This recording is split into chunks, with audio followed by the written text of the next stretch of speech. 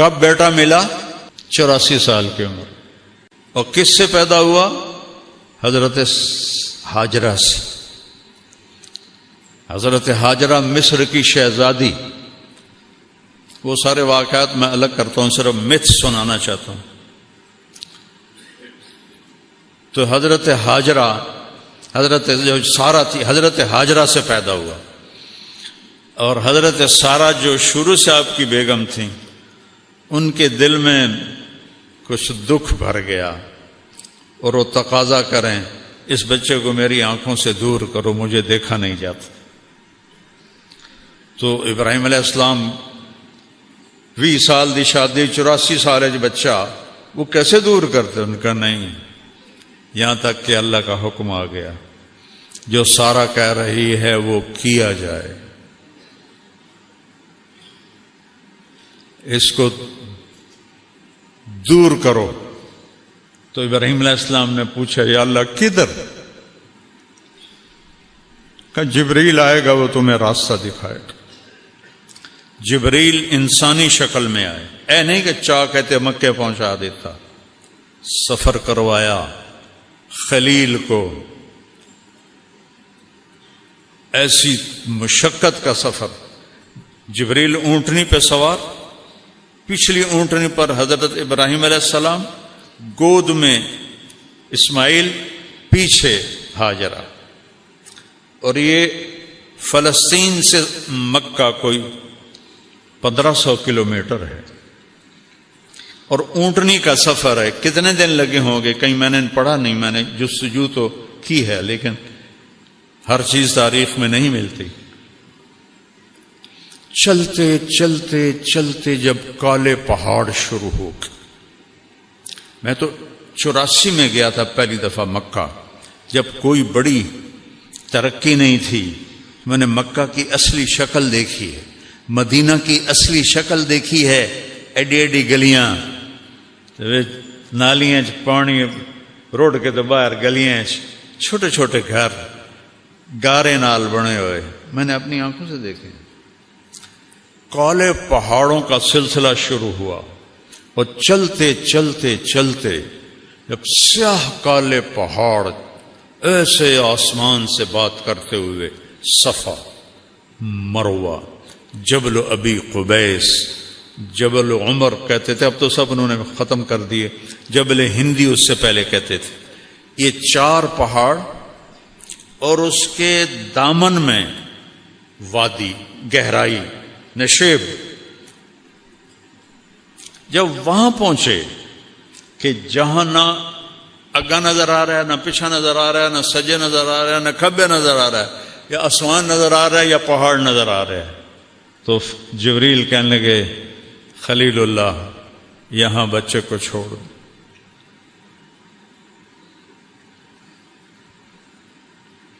بہت سارے اکثر باپ بیٹھے ہیں، ذرا تصور کرو آج سے 4000 سال پہلے کیا ہولناک منظر ہوگا. وہ 84 سال کی عمر میں بیٹا ملا ہے، کیا دل کو پکڑا ہوگا. یہاں چھوڑ دو. آگ میں ڈالے گئے. اتنا خوفناک منظر کہ ہن میری بوٹی بوٹی 100 بن جاوے گی. ایک لفظ نہیں بولے، حسبی اللہ و نعم الوکیل، اللہ تو مجھے کافی. ادھر جبریل، ادھر آگ کا فرشتہ، پانی کا فرشتہ. ہم حاضر ہیں، کوئی حاجت؟ اما الیکم فلا، تھوڑی کوئی لوڑ نہیں، اور تسی بھی مخلوق ہو، میں بھی مخلوق. اما اللہ فنعم، ہاں اللہ دی لوڑ ہے. میں کہا مجھے میرے اللہ پہ چھوڑ دو. اللہ نے ڈائریکٹ حکم دیا، نار کونی بردن و سلامن علی ابراہیم. اتنا خوفناک منظر، کچھ نہیں بولے. جب اس گہری گہرائی میں 4 پہاڑوں کے اندر فرمایا بیٹے بیگم کو. بیگم کون ہے؟ شہزادی. چلو سارہ ہوتی جو ان کے ساتھ ہم عمر تھی نہیں، جوان 20-22 سال کی لڑکی یہاں چھوڑ دوں، تو ان کے ایک دم منہ سے نکلا یہاں چھوڑ دوں کیسے؟ نہ پانی، نہ سایہ، نہ کھانا، یہاں کیسے چھوڑ دوں؟ ام حسبتم ان تدخلوا الجنت، کیا سمجھتے ہو جنت سستی چیز ہے کہ ایویں دے دے مانگا؟ اللہ آپ پہ بشکیسی ہیں ساڑھے جاٹاں دن، اللہ آپ پہ بشکیسی۔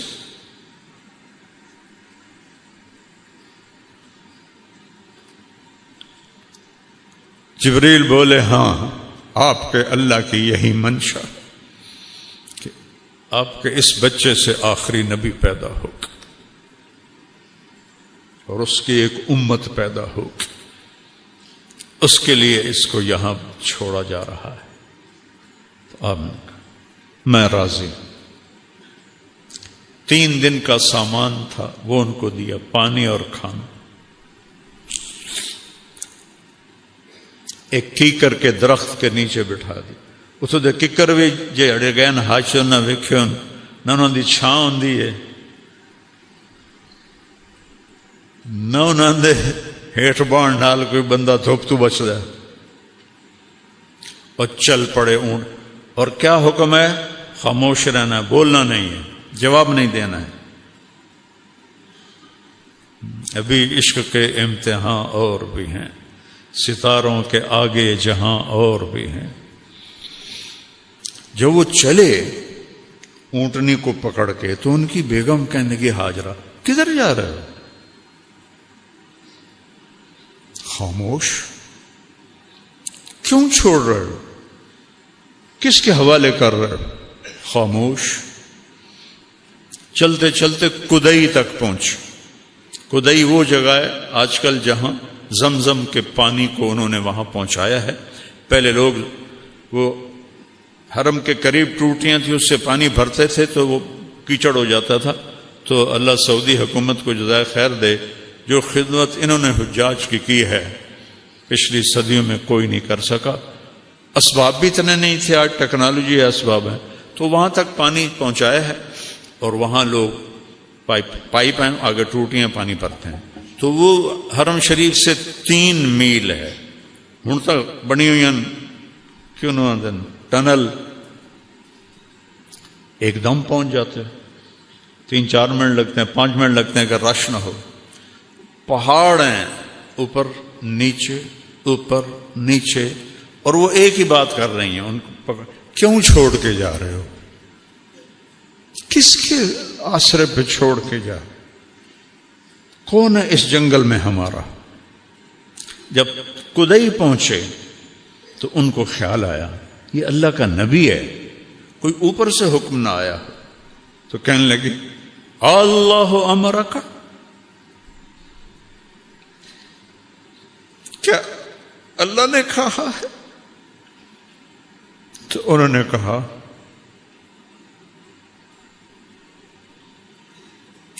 ایک دم ایک اور ہاجرہ نے جنم لیا،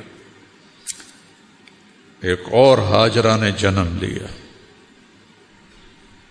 میرے نبی کی ماں کی شان یہی تھی اور یہی ہونی چاہیے تھی۔ ان کا دامن چھوڑا، اذن لن یضیعنا اللہ، یا اللہ ہمیں کبھی ضائع نہیں کرے گا۔ اللہ اکبر۔ ابراہیم علیہ السلام اونٹنی پہ سوار ہوئے، جب تک نظر آ رہے تھے ان کو دیکھتی رہی، کہ وہ چھوٹی سے واپس ہٹیں۔ ایک معصوم بچہ، مصر کی شہزادی، نہ پانی، نہ روٹی، نہ سایہ، نہ پڑوسی، نہ کوئی انسان، نہ کوئی پرندہ۔ وہ کن قدموں سے گئی ہوگی کبھی سوچو تو صحیح۔ اور ابراہیم جیسا جس کی اللہ تعریف کر رہا ہے، ان ابراہیم کان امتن قانتا للہ، ابراہیم ایک بہت بڑے سردار تھے، یا امت کا مطلب ہے قائد، بہت بڑے قائد اور سردار تھے،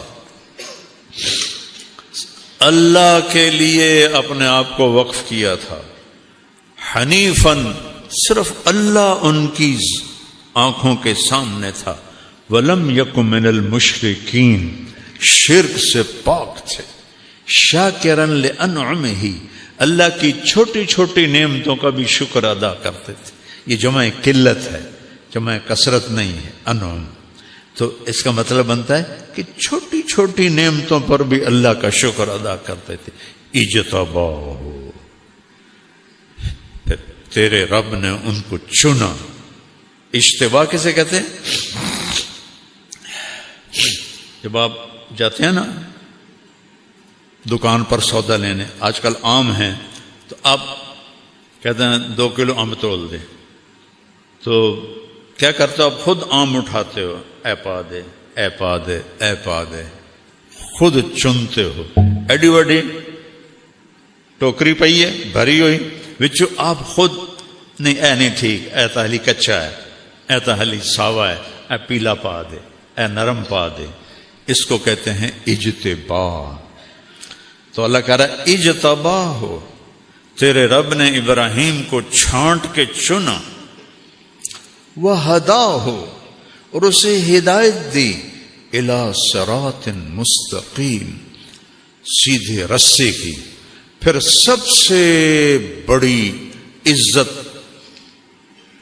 اور سب سے بڑا پروٹوکول جو اللہ نے دیا، ثم اوحینا الیک، میرے محبوب اب ہم آپ کو بھی حکم دیتے ہیں، ان اتبع ملت ابراہیم حنیفا، آپ بھی ابراہیم کی پیروی فرمائیں۔ کیا کمال ہے ابراہیم کا! جو ہی آپ پہاڑی سے نیچے اترے تو آپ اونٹنی سے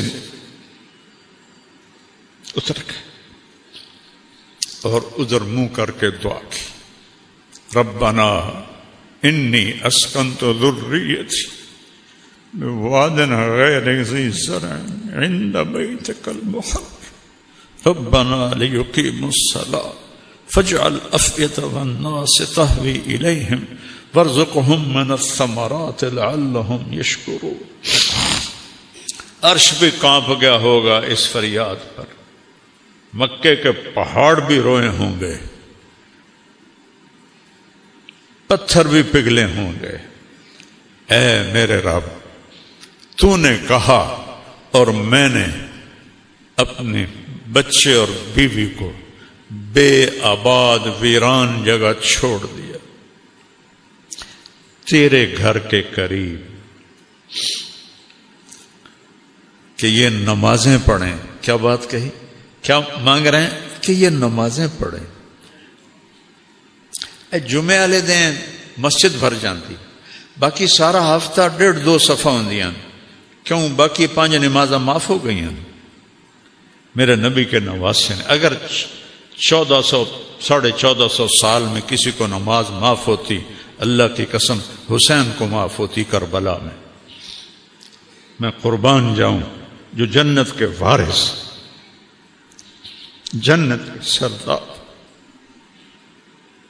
اور جنگ سے پہلے اونگ آئی اور خواب دیکھا، اللہ کے نبی خواب میں میرے بیٹا میں لینے آ چکا ہوں، گل مک گئی۔ پھر نماز کا وقت ہوا تو شمر سے کہا نماز پڑھنے دے، جنگ روک دے، نماز پڑھنے دے۔ کہ ہم جنگ نہیں روکیں گے، تلوار چلے گی، چل ادھر آ ستم گر ہنر آزمائیں تو تیر آزما ہم جگر آزمائیں۔ کہ پھر نماز تو نہیں چھوڑے گا حسین۔ اب آدھوں سے کہا ایتھے کھلو جاؤ، لڑو ان کتیاں نال، اور آدھے نماز پڑھو۔ آدھوں نے نماز پڑھی، آدھے لڑتے رہے۔ پھر ان آدھوں کو آگے کھڑا کیا اور دوسرے کو کہا جاؤ نماز پڑھو۔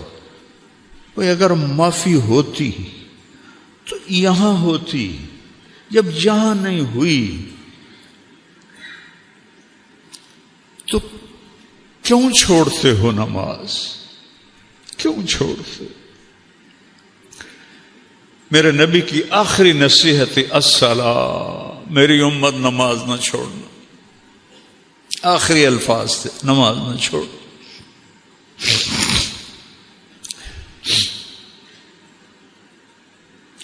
کیا دعا مانگی؟ یا اللہ یہ نمازیں پڑھیں، فَاجْعَلْ أَفْئِدَةَ النَّاسِ تَهْوِي إِلَيْهِمْ، یا اللہ لوگوں کے دلوں میں ان کی محبت ڈال دے، وَارْزُقْهُم مِّنَ الثَّمَرَاتِ، ان کو پھل عطا فرما، لَعَلَّهُمْ يَشْكُرُونَ، تاکہ تیرا شکر ادا کرے۔ یہ دعا مانگی، اور یہ بوڑھا 84 سال کا کن قدموں سے 1500 کلومیٹر چل کے گیا ہوگا اونٹنی پر،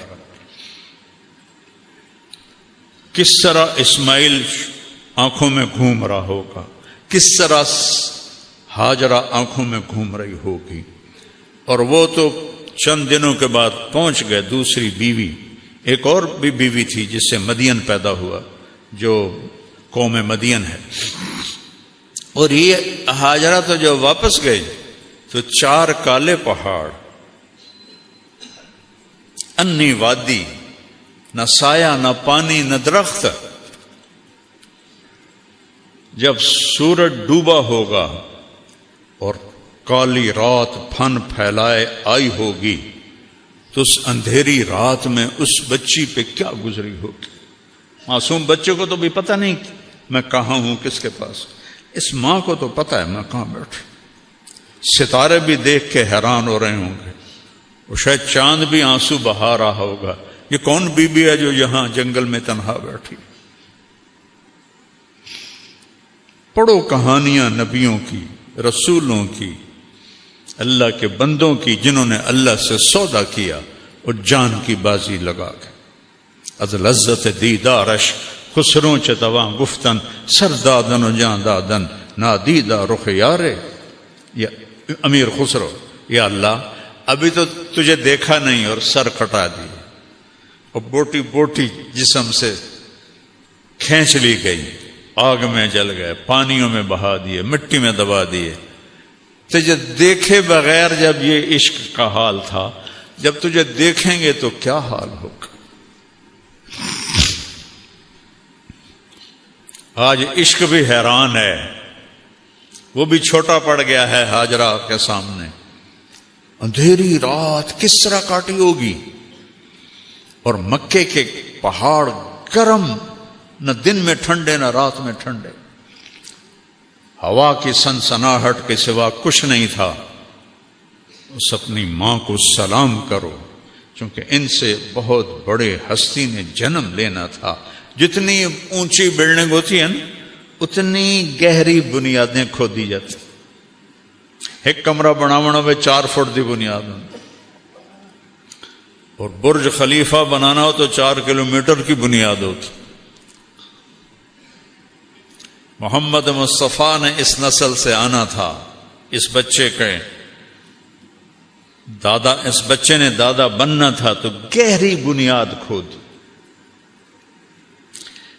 دن سورج نے آنکھیں نکالی انگارے کی طرح، اور اس نے پہاڑوں کو گرم کر دیا، ہوا کو گرم کر دیا، اور اس بی بی کے لیے، بچے کو لٹانے کے لیے کوئی جگہ نہیں ہے کہ نیچے پتھر کی آگ جلاتی ہے۔ کیسا گزرا ہوگا اس کا وقت؟ تم کہتے ہو پڑھی نہیں جاندی، نماز نہیں پڑھی جاندی، دعا اچھا کرو، جھوٹ کیوں بولتے ہو، کاروبار نہیں چلتا، رشوت کیوں لیتے ہو، گزارا نہیں ہوتا۔ دیکھو میرے نبی کی ماں کو اور ان کے دادا کو، کہ اللہ نے جس کے لیے کائنات بنائی اس کے اوپر امتحان کہاں سے شروع ہوا اور کہاں تک آیا۔